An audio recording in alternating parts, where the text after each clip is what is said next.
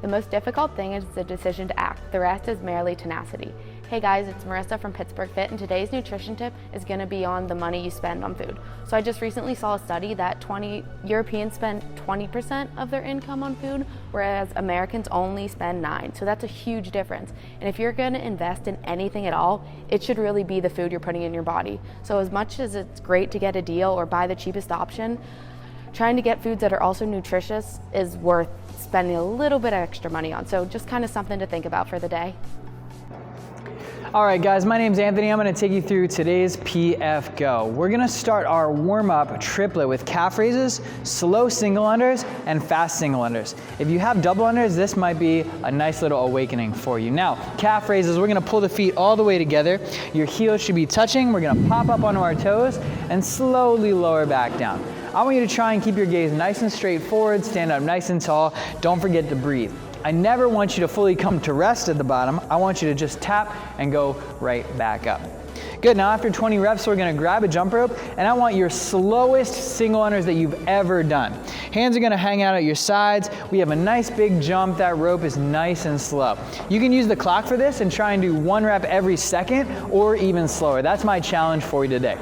Now after your 20 nice high jumps, we gotta do the opposite. As low, as lean and tight as we can make this movement. Yeah. Even faster, faster, faster, faster, good. Our goal here is to go through 20 slow, 20 fast, and there should be a big difference between the two speeds. If you don't have double unders yet, this is a great way to practice rope control, going back and forth between slow and fast.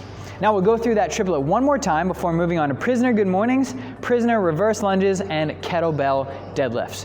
Prisoner good mornings, we're gonna take the hands behind the head, flare the elbows out so we'll get a nice upright chest position, and we're gonna bow. Drop that chest down and pop up with a little velocity.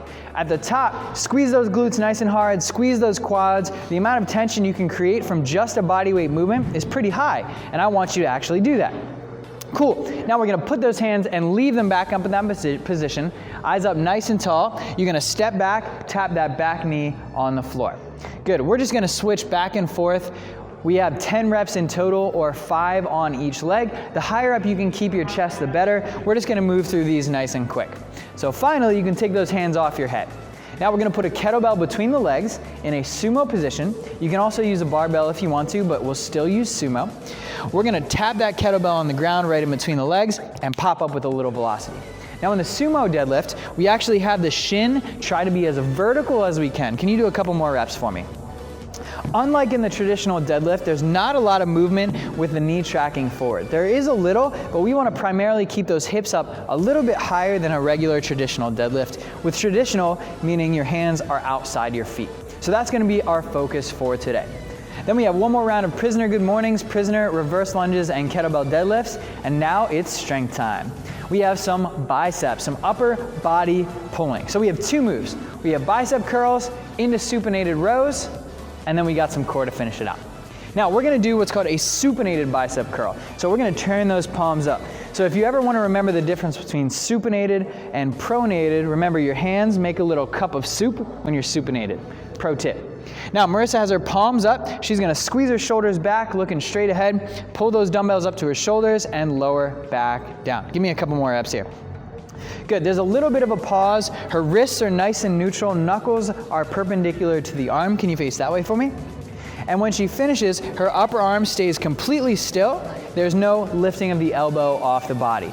Now we're gonna keep that supinated position. We're gonna drop down like we're doing a good morning, and we have 8 bent over rows. That hand is in that same supinated position. These should be a little bit tricky after you've done the bicep curls because we're pre-fatiguing the biceps, so we're getting a little bit more work here. Good, relax, thank you. Now once we're done that 5 and 8, we're gonna lay down on the floor. We have a hollow body hold for 45 seconds. Now we'll go over a couple ways to scale this up and down, but for right now, we're gonna lay on the back. The most important part is that this is the opposite position of a dumbbell floor press. You want to hollow out. So there is no daylight under that low back, under your belly button. The feet are up off the ground, the hands are reaching up and overhead. Now you want to make it easier, drop the hands down to your side. You want to make it easier still, tuck those knees into the body. The primary piece is that the shoulder blades are up and the low back is down. Relax. And there's no reason why you can't start in one position and regress as you get more and more fatigued. All I want to see is that you stay in that same upright position for 45 seconds without coming down. It's a tricky one. So we'll take a little rest, maybe 30, 60 seconds, and then we'll go through that whole cycle again. Don't be afraid to change weights. Find something that makes the supinated rows challenging. Now our strength is done, it's conditioning time. We have a little bit of a longer conditioning piece today. 16 minutes on the clock. 200-meter run, 30 double unders, 10 single kettlebell suitcase deadlifts, and 15 pull-ups or bent over rows. We do want to see some people in classes today making a jump onto the rig and giving those pull-ups a go. If we're doing pull-ups, we want these to be kipping, otherwise we'll go over the bent over rows. Now, first piece, 200-meter run, or 150-meter row, or 300-meter bike. The idea is you're working for less than a minute, about 40-45 seconds if you want to get optimal. Then we're going to grab a jump rope and we have 30 double unders. We got 1 jump, 2 turns of the rope. Marissa's still working on it, but you get the idea. You heard that quick whoosh, whoosh. That's what a double under sounds like. Now, if you're not going to do 30 double unders, we're going to do 60 single unders, and these are of the fast variety, like the warm-up. Not the slow rope, high jumps. We have fast rope, small jumps, keeping it nice and minimal, 60 turns of the rope, whether you're doing 2 at a time or 1. Now our third exercise is going to be single kettlebell suitcase deadlifts. So what we're going to do is grab the kettlebell. We really have to brace the core for this one. So pull that belly button in, squeeze your abs, squeeze your shoulder blades back. Now her feet are going to be in a nice solid deadlift position, so narrower than our squat. She's going to lower down and tap just outside her foot. Good. It might be a little easier for you if you bring your feet in a little bit narrower. Keep going. Yeah, there we go. The last thing I want you to do is put a weight down on your foot. Tap the ground and right back up. We have 10 single kettlebell deadlifts on one side, then we switch hands and do 10 on the other. Now what we're working on here is core strength as well as your posterior chain. So your goal is to resist any side-to-side movement. So if I had you let go of that kettlebell and just pretend, it should look exactly the same whether you're weighted or not, or if you had 2. The best way that we can go about this is to just pretend that you have 1 on each side, stay nice and straight, stay nice and balanced left to right. Now our last exercise we're going to use the kettlebell for, you're going to hold that in both hands again in the middle like you're going to do a kettlebell deadlift, and we have a single kettlebell bent over row. So we're going to drop that chest down. This is a pronated position.